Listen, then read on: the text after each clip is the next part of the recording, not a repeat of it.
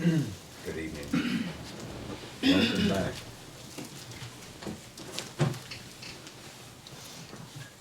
Last week, on the 21st of June, we began the 21st chapter, The Life Divine, the Ascent of Life, on the summer solstice, and now we have every opportunity to finish it this evening.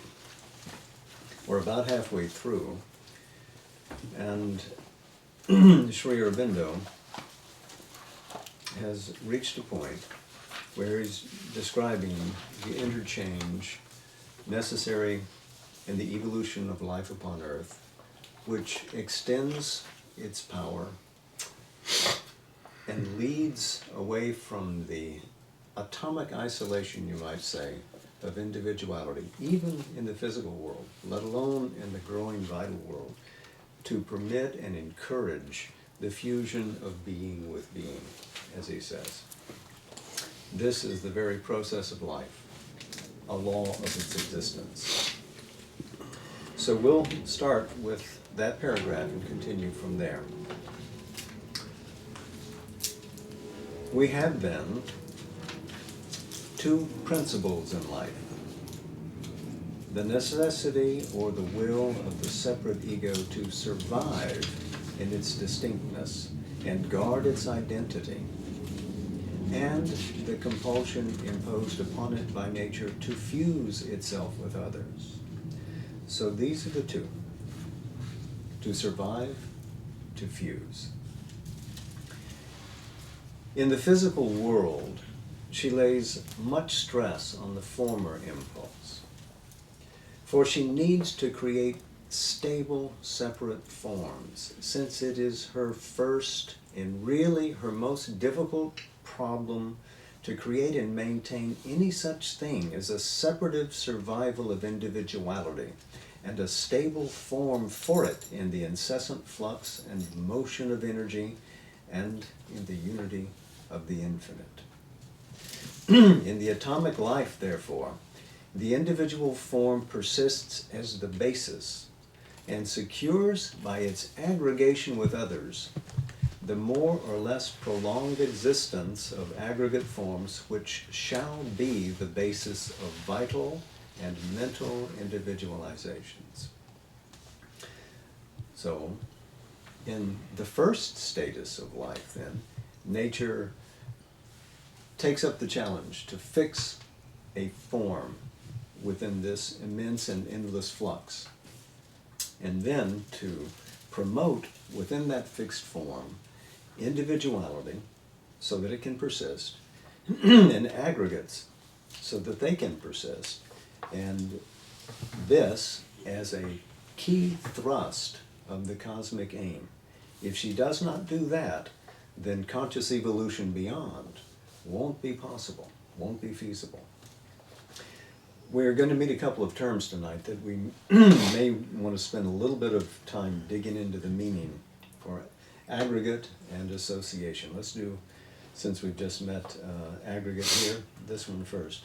From the Latin, again, aggregare, and you know Sri Aurobindo was a master of both Latin and Greek. So he's always finding a particular term upon which much turns. This idea of what an aggregate is important to us. To aggregate means to bring together, to collect, as you would a flock, bringing all the parts, the elements, into a whole, to constitute a wholeness. That's what an aggregate does. So,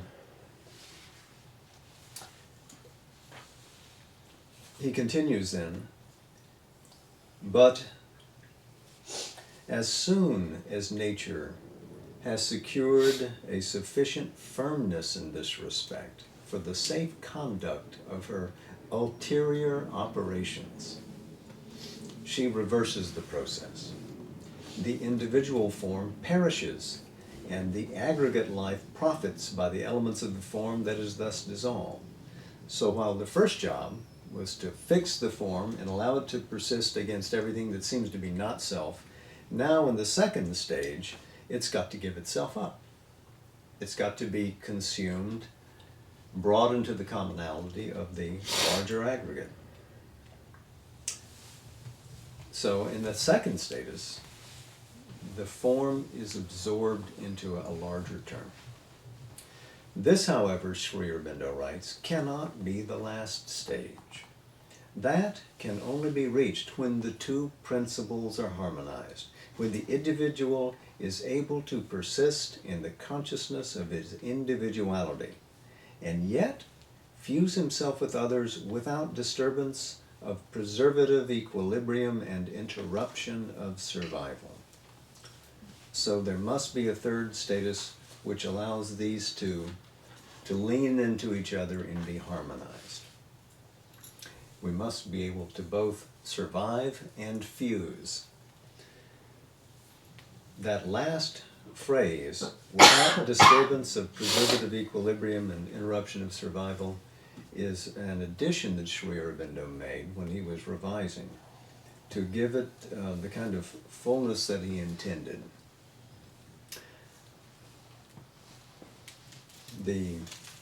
There's a larger connotation that comes with that, a role suggested of which the individual is an important player, has a cosmically crucial role assigned,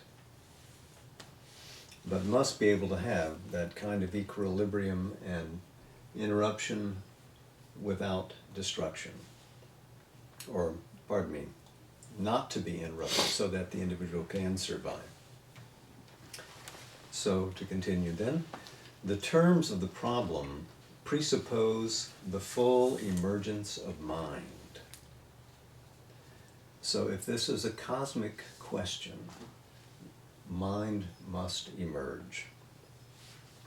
For in vitality without conscious mind, there can be no equation, but only a temporary, unstable equilibrium ending in the death of the body, the dissolution of the individual and the dispersal of its elements into the universality. So, in other words, if the power of evolution emerging through life climbs from life into mind, and death comes and ends the individuality, and there is no continuance, then everything's lost. Mind must emerge in the individual, and that emergence must be persistent. It cannot be erased with the advent of death, or the whole process of individuation has been blunted. The purpose behind mind becoming conscious is lost. So he continues here, the nature of physical life forbids the idea of an individual form possessing the same inherent power of persistence, and therefore of continued individual existence as the atoms of which it is composed. Only a mental being, supported by the psychic notus within, which expresses or begins to express the secret soul, can hope to persist by his power of linking on the past to the future in a stream of continuity, which the breaking of the form may break in the physical memory, but need not destroy in the mental being itself, and which may even by an eventual development bridge over the gap of physical memory created by death and birth of the body. It's a complicated sentence. He has inserted in his recasting of this chapter this phrase, supported by the I'll get it right, supported by the psychic notus within, which expresses or begins to express the secret soul. So it is not the mental being which is the real point of the individual. The mental being expresses what is in this psychic notus. And what is a notus? It is a knot. In other words, that being that is inside, which may be in the image of the Upanishad, no larger than a thumb, but it grows in power and becomes the great self. It has the power of aspiration, and through aspiration and the application of will, unlimited growth.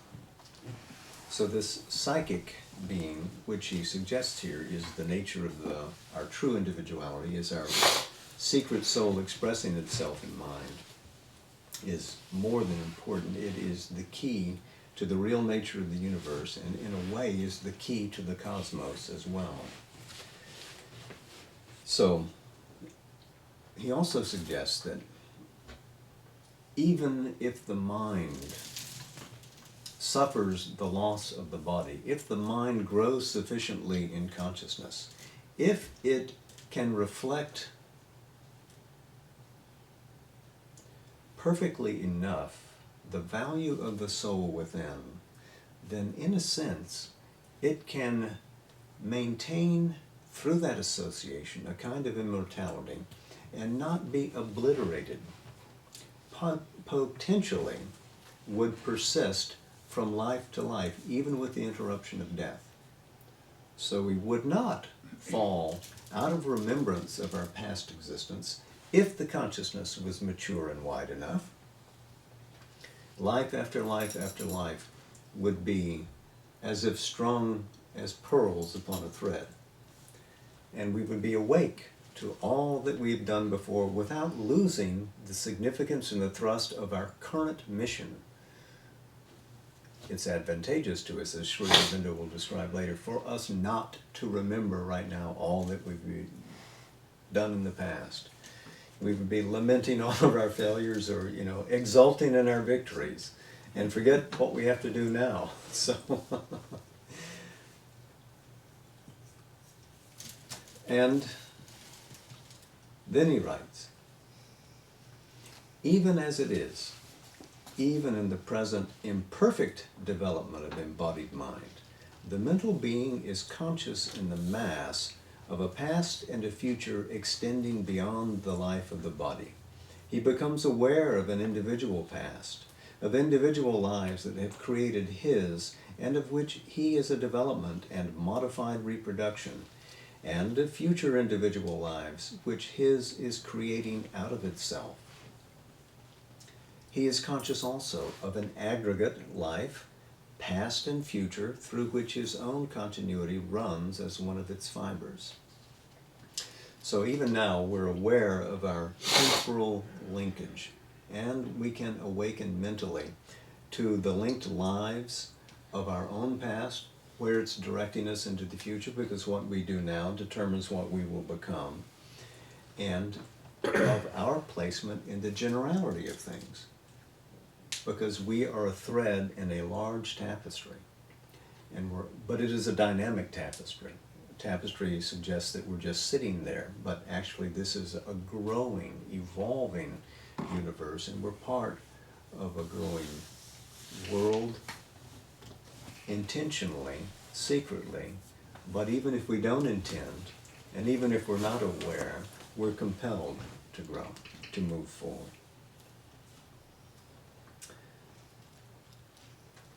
So, the soul has its own knowledge connecting the past and the future.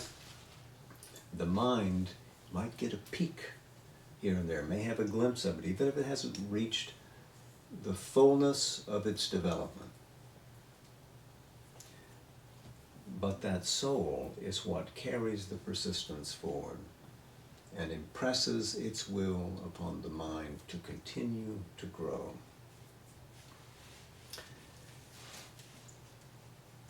Sri Aurobindo writes, "This which is evident to physical science in the terms of heredity becomes otherwise evident to the developing soul behind the mental being in the terms of persistent personality. The mental being, expressive of this soul consciousness, is therefore the notice of the persistent individual and the persistent aggregate life. In him, their union and harmony become possible." So it's the fruition of the soul in the individual, waking up, that not only illuminates the individual life, but gives the power of light also to the community. The awakened soul surcharges the community and it grows through the wakefulness of the individual. So, everyone's growth in this matter is more than important, it is crucial. And now, we meet another important word. Association. Association with love as its secret principle and its emergent summit is the type, the power of this new relation, and therefore the governing principle of the development into the third status of life. Association, from the Latin ad socius, which means to be a companion with. Associare or associare, a linked union or combination is what an association is, derived from these Latin terms. So Sri Aurobindo has inserted this here. This sentence originally began, love is the type, the power of this new relation. And instead he has written now, association with love as its secret principle and its emergent summit is the type. So association is what brings us together. As we're growing mentally and enlarging the power of life and matter, association is something that we will to achieve.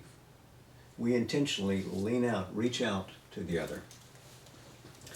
But what is it that motivates us? It could be the idea of a mutual benefit, or it could be that if I do this, I'll get that in return. But at its core, there's a secret principle, and that's love, which is that power to reunite. Love is a secret force operative in the universe.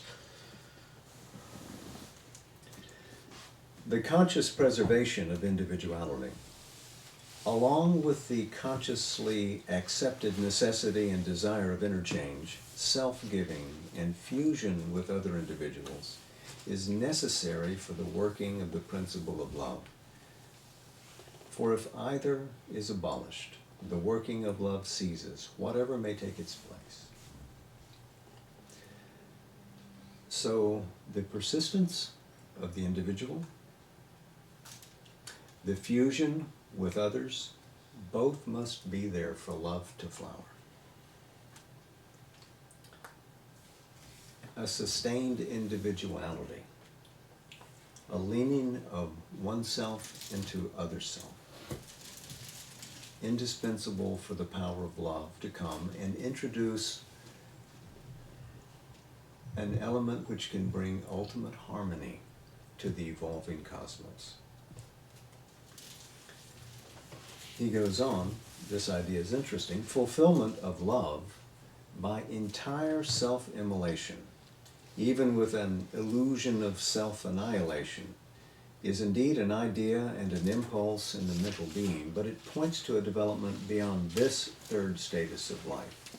The third status is a condition in which we rise progressively beyond the struggle for life by mutual devouring and the survival of the fittest by that struggle. For there is more and more a survival by mutual help and a self-perfectioning by mutual adaptation, interchange, and fusion. So this notion that we have that I will give myself utterly, I will burn myself up in the fire of love, in self-abandonment, and with that I will perish if necessary. Well, it's a great idea, it's a great spiritual urge, but don't worry, you can't destroy yourself, even in that kind of self-offering, even when you become the oblation. What is essentially you always persists. That is not possible, but that is not called for here anyway, in this third status, where we're building through association towards this kind of mutuality, this holding together hand in hand in hand, and an enlargement of the community, and a strengthening of the bonds, and a sense of building fraternity or sorority. This takes us in itself beyond the kind of devouring the need that life has as it's getting started in this world to reach out and swallow, to say, this I must have to live. Because we find that through mutuality we go farther. And I'm happy to report, for those of you who care about the measurements offered by science, that even evolutionary biology right now is finding in study after study how much more power there is in the inherent capacity of humanity to reach out and help each other in crises than they had ever anticipated. Everyone speaks and writes voluminously about how there's this aggression and need to separate, and I'm going to get mine and to heck with you. When actually, what binds us all together is far more powerful. And we benefit from that. And we like to give. And we like to help. And it helps the growth of the race. And once we learn how to live in harmony with the world, then we'll be several steps closer towards the perfection which is our ultimate aspiration.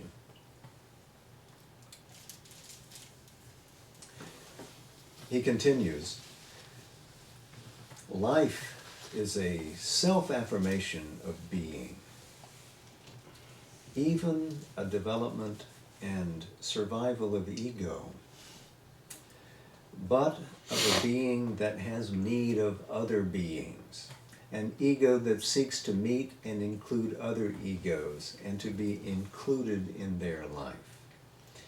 The individuals and the aggregates who develop most the law of association and the law of love, of common help, kindliness, affection, comradeship, unity, who harmonize most successfully survival and mutual self-giving, the aggregate increasing the individual, and the individual the aggregate, as well as individual increasing individual and aggregate by mutual interchange, will be the fittest for survival in this tertiary status of the evolution.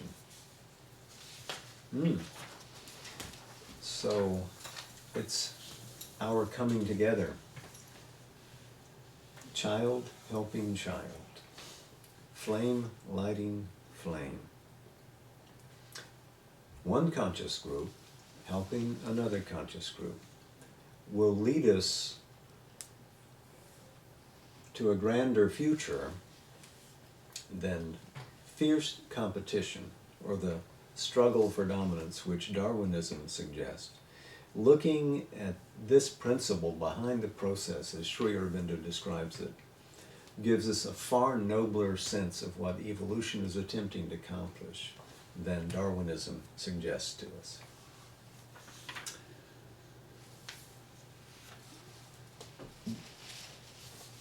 There's a phrase there of common help, kindliness, affection, comradeship, unity.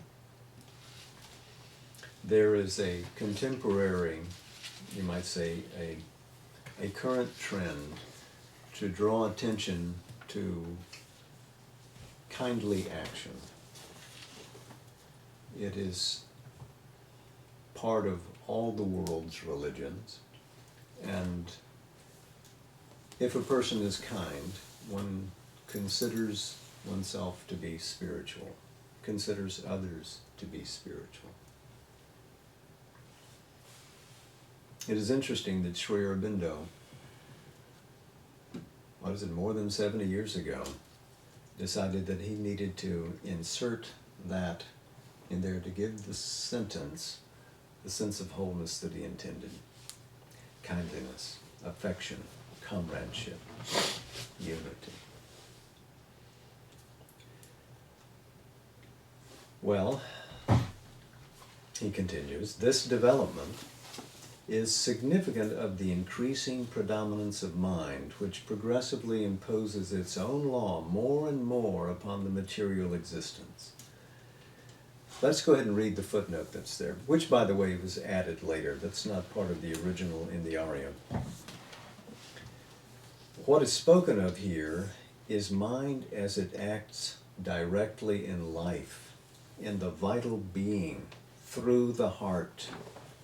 Love, the relative principle, not its absolute, is a principle of life, not of mind, but it can possess itself and move towards permanence only when taken up by the mind into its own light. What is called love in the body and the vital parts is mostly a form of hunger without permanence.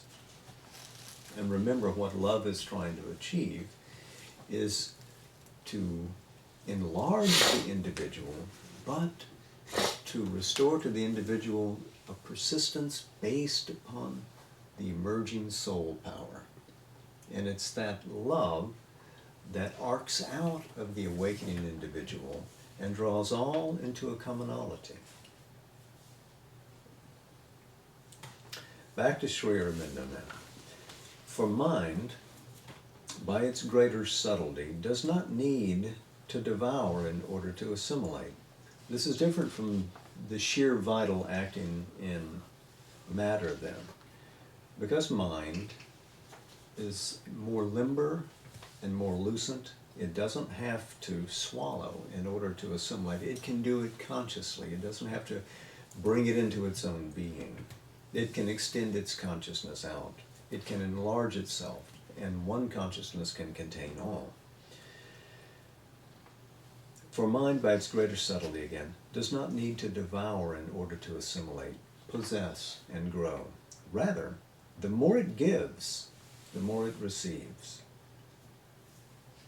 The more it gives, the more it receives and grows.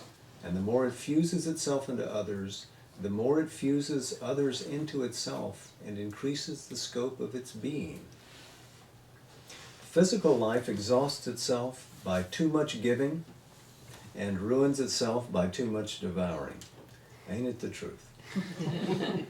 But though mind, in proportion as it leans on the law of matter, suffers the same limitation, yet, on the other hand, in proportion as it grows into its own law, it tends to overcome this limitation, and in proportion as it overcomes the material limitation, giving and receiving become one.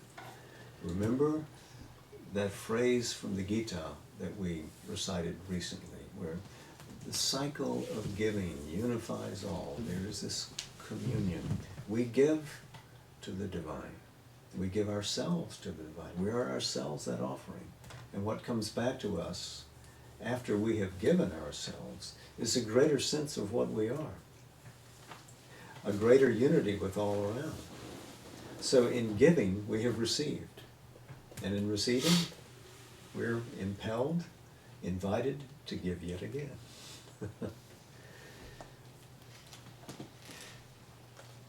For in its upward ascent, it grows towards the rule of conscious unity and differentiation, which is the divine law of the manifest Satchit Ananda.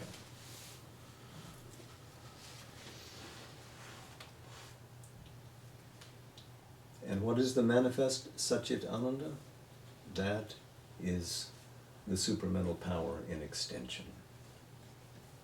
It grows towards that, suggesting an inevitability in the ascent of evolution until it achieves that and restores the unity which is natural to Satchidananda. And we only think we have lost here.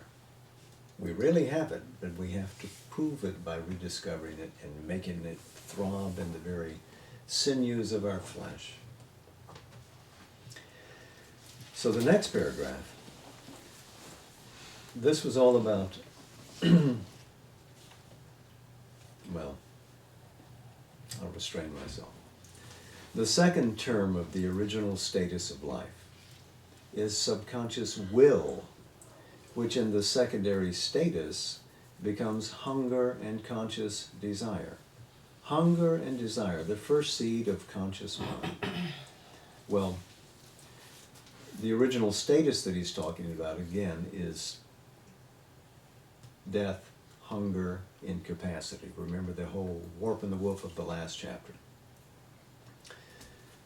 The growth into the third status of life by the principle of association, the growth of love, does not abolish the law of desire, but rather transforms and fulfills it. Love is in its nature the desire to give oneself to others and to receive others in exchange. It is a commerce between being and being. Physical life does not desire to give itself, it desires only to receive. So this is the difference between love operating, growing, becoming active in the mind, and what is true of life merely in the body, which is only trying to get, because that's the way it has to extend itself. That's the way it has to survive. Remember that first urge. It must maintain itself. But we have grown to this point that if love can become active in us, giving and receiving becomes almost a single motion when we reach a certain pitch.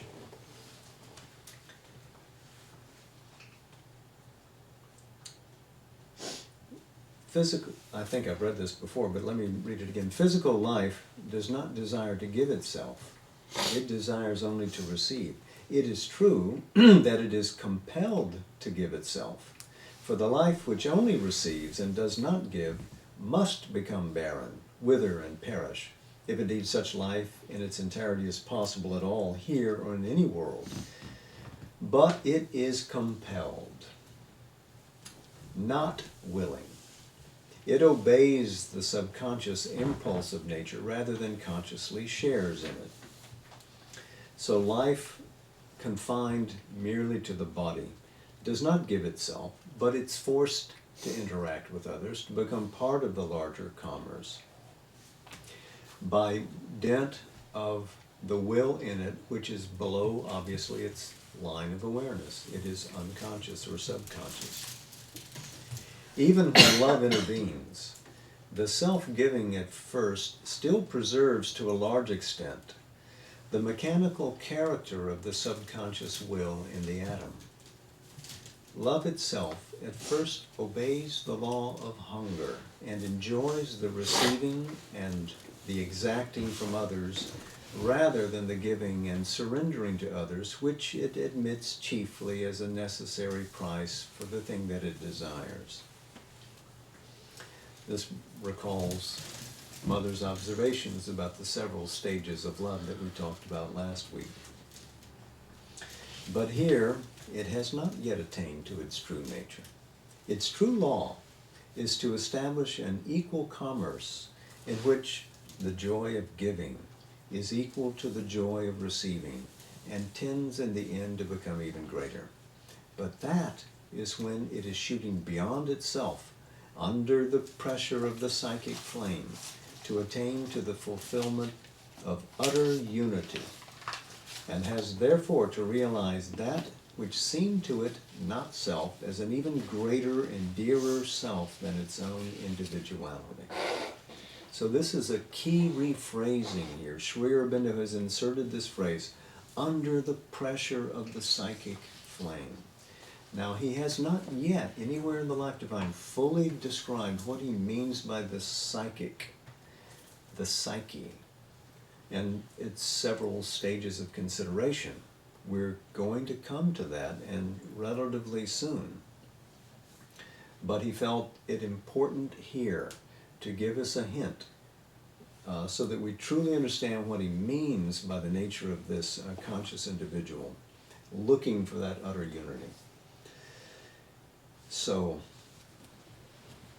in its life origin, the law of love, he writes, is the impulse to realize and fulfill oneself in others and by others, to be enriched by enriching, to possess and be possessed, because without being possessed, one does not possess oneself utterly. So it is through this reciprocity that one grows and enlarges and becomes not merely the atom or the ego, but becomes all, becomes the whole. One is invited into a greater term of the self. One moves from the lowercase self to the uppercase self, the little s to the large S. The inert incapacity of atomic existence to possess itself. So he's going back to the beginning of the chapter on this. The inert incapacity of atomic existence to possess itself. The subjection of the material individual to the not-self belongs to the first status of life. The consciousness of limitation and the struggle to possess, to master both self and the not-self, is the type of the secondary status.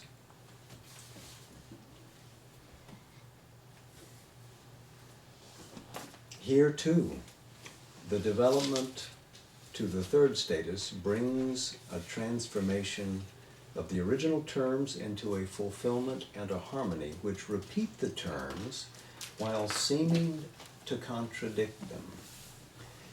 There comes about, through association and through love, a recognition of the not-self as a greater self, and therefore a consciously accepted submission to its law and need, which fulfills the increasing impulse of aggregate life to absorb the individual. So in a way, completion comes to us not through cancellation, but rather through fulfillment. And there is a possession again by the individual of the life of others as his own, and of all that it has to give him as his own, which fulfills the opposite impulse of individual possession.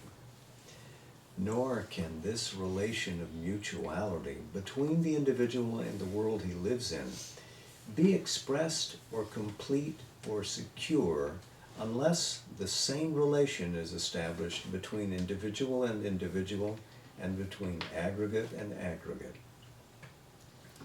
All the difficult effort of man towards the harmonization of self-affirmation and freedom, by which he possesses himself with association and love, fraternity, comradeship, in which he gives himself to others, his ideals of harmonious equilibrium, justice, mutuality, equality, by which he creates a balance of the two opposites, are really an attempt inevitably predetermined in its lines to solve the original problem of nature, the very problem of life itself, by the resolution of the conflict between the two opposites which present themselves in the very foundations of life in matter. So these two things, the individual existing in a form separate from all, trying to maintain itself, and the all which demands attention from the individual, energy from the individual, and the mutuality and the interchange between them. So here Sri Aurobindo, in considering these large metaphysical principles, brings into the picture not just philosophy, but also psychology. How is it that we achieve this in ourselves? Sociology. How do we make it a large communal fact? Even politics, because this is a question of polity. How we govern and organize and harmonize our lives. The resolution is attempted by the higher principle of mind, which alone can find the road towards the harmony intended, even though the harmony itself can only be found in a power still beyond us. So mind emerges in life, which emerges from matter. And life is joining these two spheres together, matter and mind.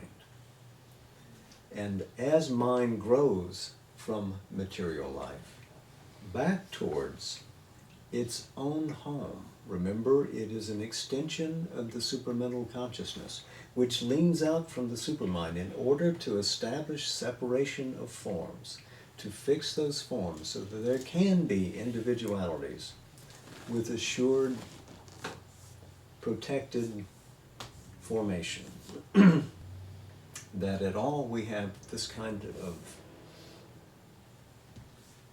a wonderfully complex and disparate universe.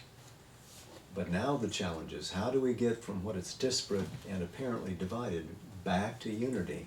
It is through the growth of this mind. And this mind leads us towards that harmony, but cannot deliver us there itself. It can experience the awakening of the soul. He's talked about that in earlier paragraphs. It can lean into a larger sense of a connected self that spans life after life, sees the many in their many lives, and how collectivities grow and decline and are replaced.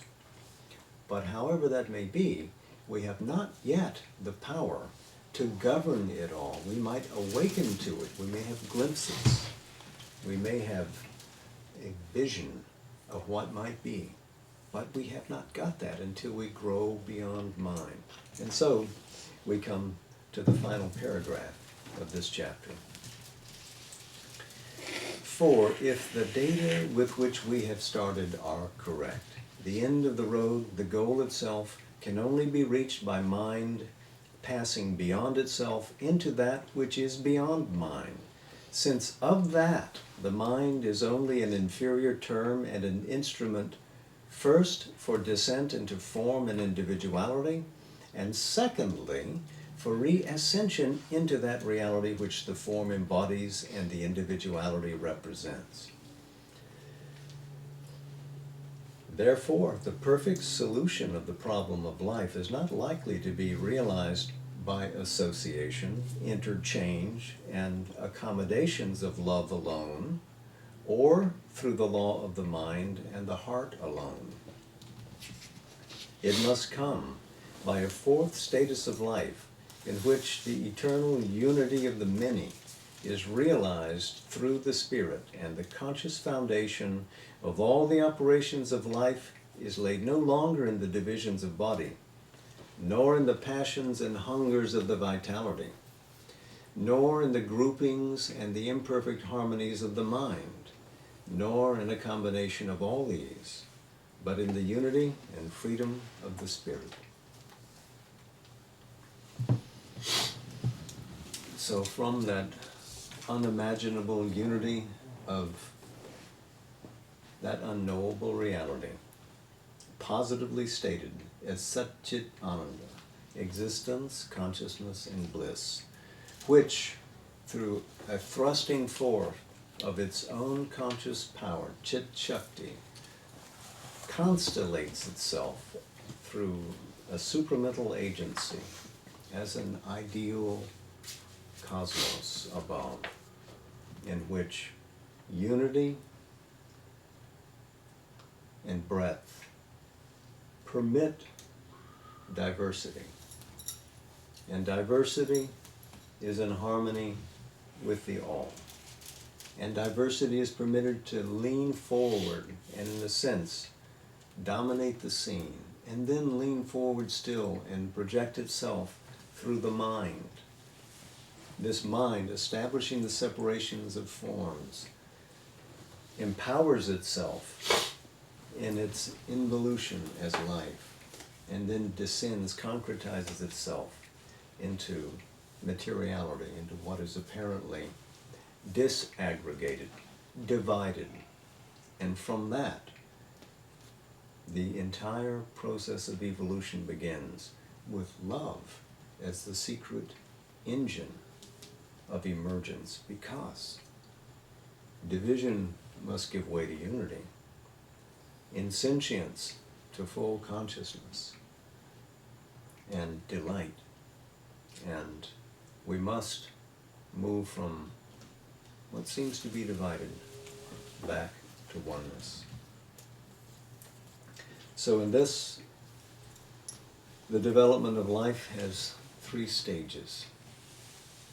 Life first is here, subject to mechanical forces, and then as it moves out and asserts itself in the material form, has to go through the experience of death, desire, incapacity, which limit life and market struggle to come out. But as it begins to win the game and emerge and not simply sustain itself, but to gain increasing power over matter, then it can build greater consciousness. And as mind begins to emerge, then there is also the emergence of the principle of association, which is building towards love. And love, of course, is building towards unity. So that third status, these are the three stages, that third status has the secret which fulfills the other two. And that's the point of this chapter. The individual persistence, characteristic of the first, in the atom, so to say, greatens in the second until there's a mutual fusion, whether it's subconscious or eventually deliberate as mind emerges. And the harmonizing of these two requires the secret soul to manifest through the mind. That becomes key to the individuation. If mind is not present, soul cannot govern. Mind has to emerge as an evolute for soul really to become a dominant player on the globe and fulfill its role as key to the cosmos. So we have to go through this law of association leading to love.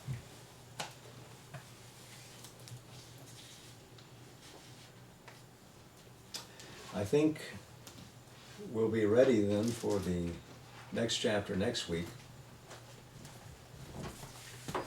Problem of life. But before we conclude this week, as has become our custom, let's read a short section from Savitri. And I think I'm going to go to the section just before the one that we read last time. There's some lines there that are opposite of what we've been reading about these last couple of weeks. A mystic presence none can probe nor rule, creator of this game of ray and shade, in this sweet and bitter paradoxical life, asks from the body the soul's intimacies, and by the swift vibration of a nerve, links its mechanic throbs to light and love.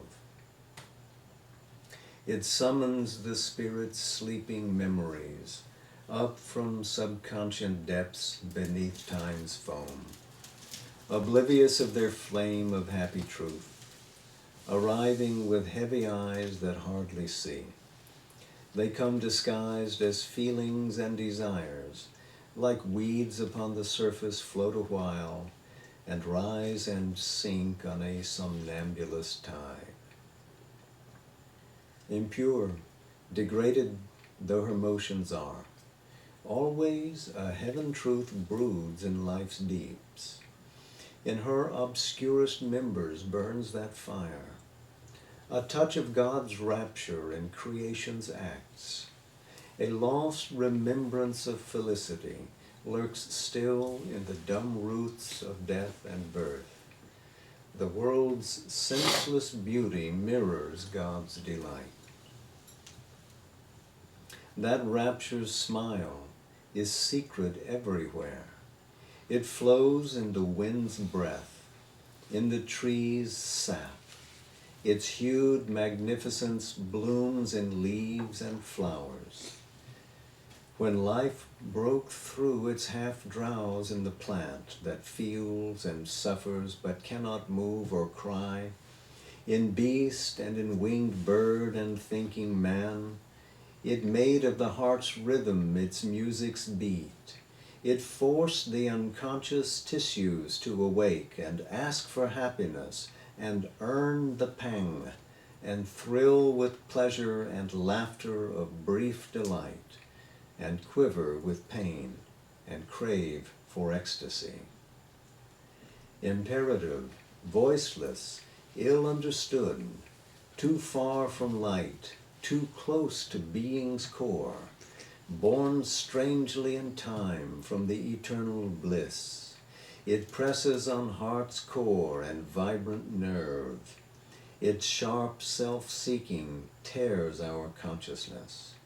Our pain and pleasure have that sting for cause.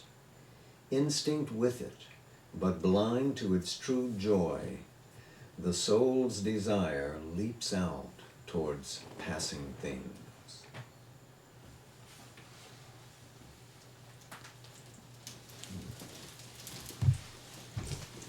So, again, thank you for being with us. Welcome to our visitor from the Sri Aurobindo Ashram, Soumya Bableshwar, and our visitor from Galveston, Texas, April Matias. And to you all, brothers and sisters, and to all of our family connected with us on Zoom, we bid you a good evening. Jai Ma, Namaste.